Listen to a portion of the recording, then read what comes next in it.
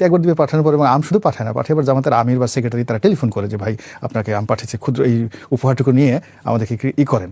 তো একবার দুবার পরে আমি পরে আবার ফেরত দিলাম, আমি বললাম যে নো, আপনার সাথে আমাদের কোনো সম্পর্ক নেই, কিনা আপনি এই জিনিসগুলো পাঠাবেন কেন, এগুলো আমার জন্য একটা লায়াবিলিটিস হবে। কিন্তু কয়জন এটা ফেরত পাঠাতে পেরেছে?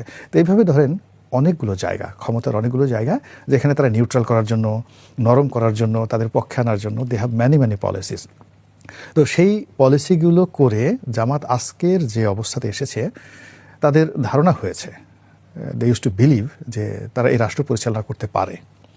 দ্বিতীয় ধারণা হয়েছে যে তাদের যারা প্রতিপক্ষ এরা খুবই দুষ্ট প্রকৃতির লোক, এরা লোক ভালো না, চুরিচামারি করে, চাঁদাবাজি করে, টাকা তুলে পল্টনে, চাঁদা যায় লন্ডনে, এরা শেয়ার মার্কেট লুট করে, আমরা তো কিছু লুট করি না, আমরা খুব ভালো মানুষ, তো আমাদের উপর আল্লাহর একটা রহমত আছে, আমরা দেশ চালাবো। এবং তারা রাস্তাঘাটে হাঁটে সেই যে খিলাফত জমানার মতো, এবং তারা মনে করে যে এই বাংলাদেশে তারা একটা তালেবানি শাসন চমৎকারভাবে করতে পারবে।